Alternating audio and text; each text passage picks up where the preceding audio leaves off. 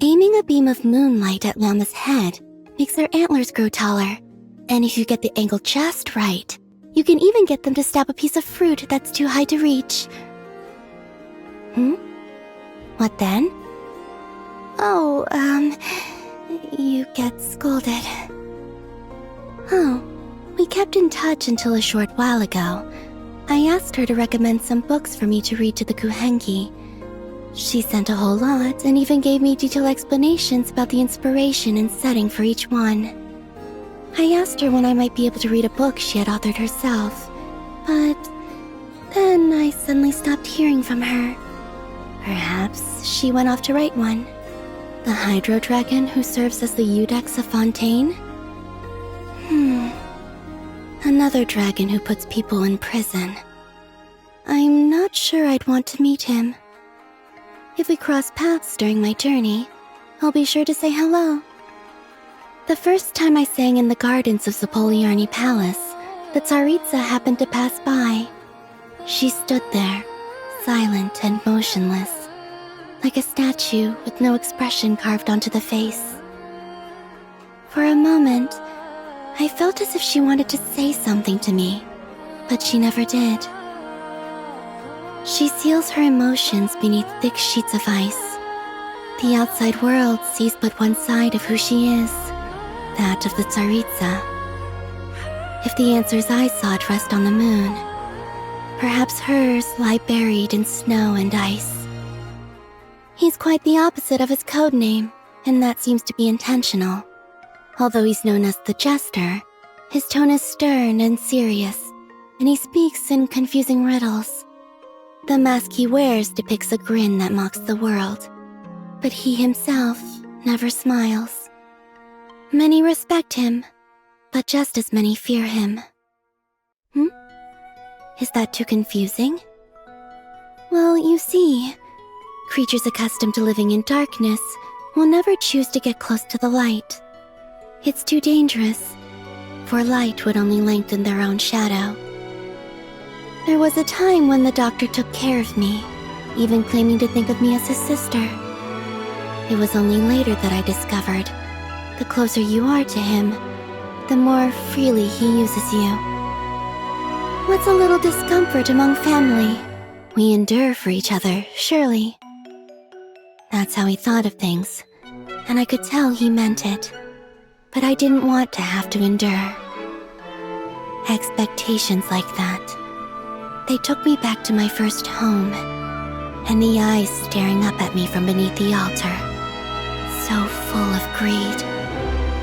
The House of the Hearth is home to many children, and it can get quite noisy. The first time I heard them call Arlecchino father, I thought it was a rule that had to be followed there. So, the next time she passed by, I used that title as well. That's when I learned just how quiet the House of the Hearth could become. I can teach you to talk just like him. All you have to do is combine the words money, that darn pantalone, and mark my words. Here, I'll show you. Where's the money? Mark my words. I'm going to kill that darn pantalone. Or, that darn pantalone is going to cough up the money. Mark my words. See? Isn't that fascinating? I wonder, does the key on her back ever stop turning? Does it change direction? Does she remove it when she sleeps? How does she roll over? I've been curious about that key ever since I first met her. But since we weren't close then, it didn't seem right to just go up and touch it. So whenever I had the chance, I would follow behind her, trying to figure out the pattern of its movement. But one day, she suddenly turned around and demanded to know why I kept following her. After I told her the reason, she said, "If you're that curious, why don't I put one on your back, and you can see for yourself?" So I lived with a key on my back for a few days, and it was quite the challenge. Sandrone doesn't have it easy, so I've looked out for her even more since then. I'm not sure what counts as death for a puppet. All I know is, Sandrone isn't moving, and I can't feel her operating. Her key is just stopped. And all because of the technique she used to bring me back. She said she was going to get back at me that one time. How I wish that's all this was. Just an attempt to scare me. In his eyes, everything and everyone has a price tag, and he gets to decide their value. We're all just bargaining chips he can use to expand his ever-increasing empire of wealth. But who would want to visit a boring empire like that? Not me, that's for sure. If he saw me now, I'm sure his smile would hide even more contempt than before. I can almost hear it now. Congratulations, Miss Columbina. Your value has appreciated. If metamorphosis ends in one's wings being engulfed in flame, perhaps remaining in the cocoon is how one survives. But I doubt Rosaline ever considered making that choice. Or perhaps she had determined her own end from the very beginning. Whether it was love, hate, or a simple dance, she gave her whole self to her pursuits and left others to sing her dirge after her departure. I've heard he has a good relationship with his family. They go camping together and have barbecues by the lake. Sandrone says he's the harbinger who lives most like an ordinary person. I don't really understand ordinary people, but that kind of life sounds nice to me. I don't sing for anyone in particular. Still, if someone stops to listen, I hope it provides a moment of peace all the same. Would you like to go moon gazing? You can sit in my rocking chair and admire the view. Or we could go to the moon and gaze down at Tefat. Whatever you prefer. I used to take long walks in Silver Moon Hall every day, so don't worry about me. I can keep up. You can call me Columbina, or Kutar, or Moon Goddess. Whatever you prefer. I'm used to having many names. The moon's blessing is yours, whenever you might find yourself in need. Taking shelter and listening to the rain cleanse the earth makes me feel safe. Like being home. The sky is clear again. We should be able to see the moon tonight. Without lightning to give warning, the sound of thunder is quite startling. I love the snow. It's so beautiful and peaceful, and I can have snowball fights with the Kuhenki. Shall we have one now? If the wind is too strong to keep your eyes open, give me your hand. I'll guide you. The sand is cool and comfortable to walk on at night, but it gets so hot during the day. Good morning. Have you seen my hair tie? My hair looks messy? Which part? Could you brush it for me? The moon hasn't risen yet. I think I'll take a nap with the Kuhenki. Nightfall. Quite an interesting expression, don't you think? It's as if night tumbles in each evening, tripping over the moon. Can't sleep?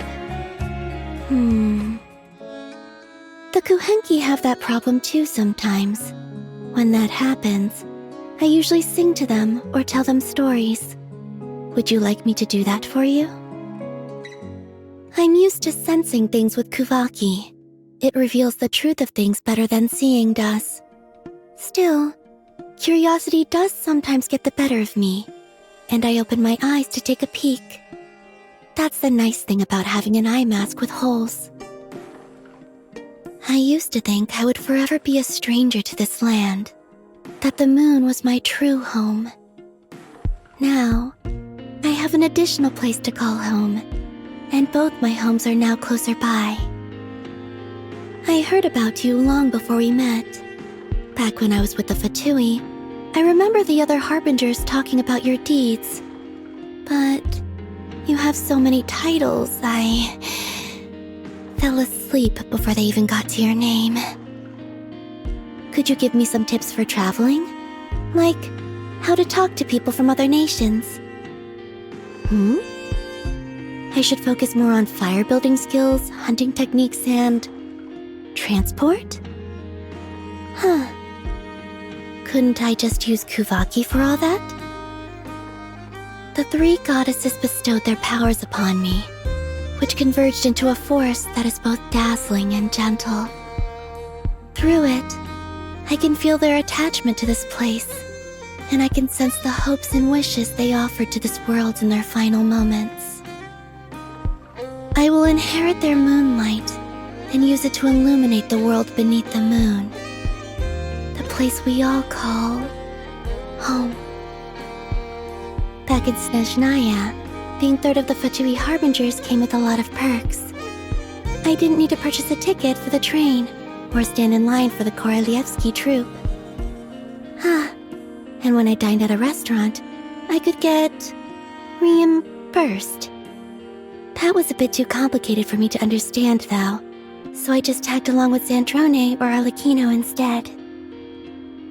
The moon is more beautiful than I could have imagined. Blue Kuvaki flowing like an endless ocean, magnificent jellyfish drifting across the sea, pink frostfin whales coming from places unknown, enormous Kuhenki. It's magnificent. Once I've made my home a bit more presentable, I'll invite my friends up to visit. My story? That might take quite a while to tell. Oh, you brought tea and snacks? Well then, I suppose I could share a bit more in return. I used to spend a lot of time learning how to interact with people and go about life in this world. But looking back now, perhaps my experiences with the Frost Moon Scions and the Fatui weren't the best teachers. For a long time, I thought relationships were transactional, their only purpose being figuring out what you can take and what it might cost you in return. I love telling stories to the Kuhenki, and I love to sing. There's a blank space in my life that has existed since before I was born, and has shadowed me since. My story was incomplete from the start, so I've learned to use other stories to fill in the gaps. It's like painting a picture. I sketch the outline with words and color it in with song. On Moon Prayer Night, I received a name that belongs to me, Columbina Hyposelenia. I used to think a name was nothing more than an alias, something separate from oneself. But after that night, I realized my name is what connects me to this world and the people within it. It is all that is intangible, their friendship, love, and support, manifested for the world to see.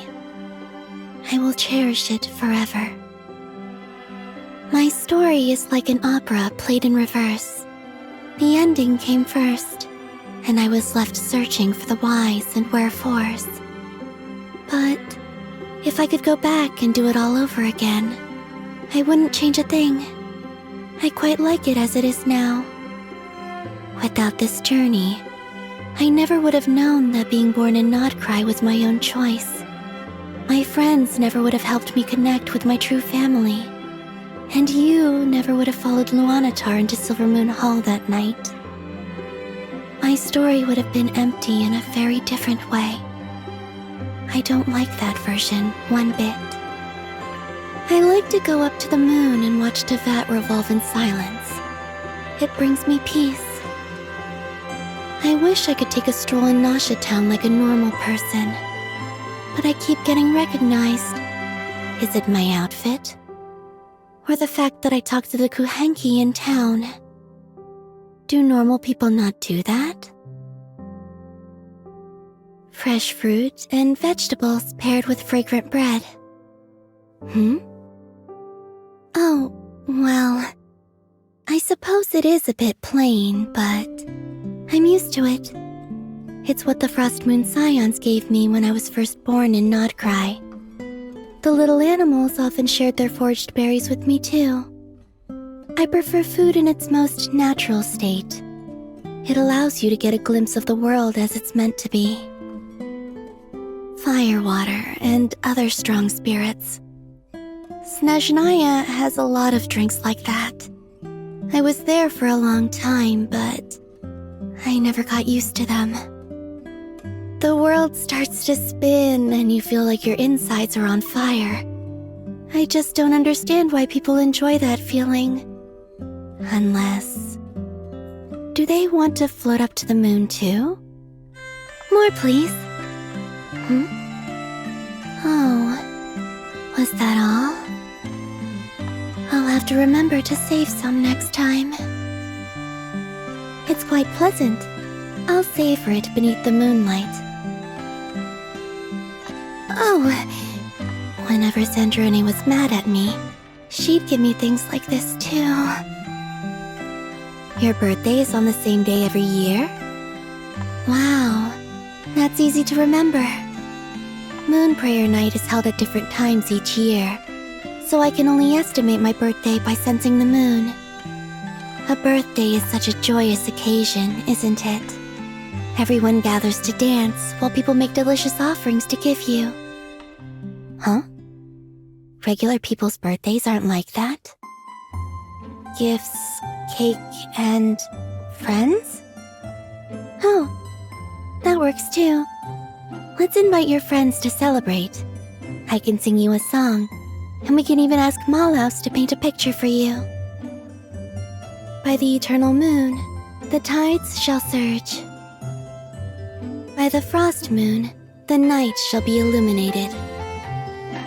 By the iridescent moon, darkness shall be cast deeper into the shadows. I now hold the threads of fate in my hands. From now on, the new moon shall watch over and illuminate the world below.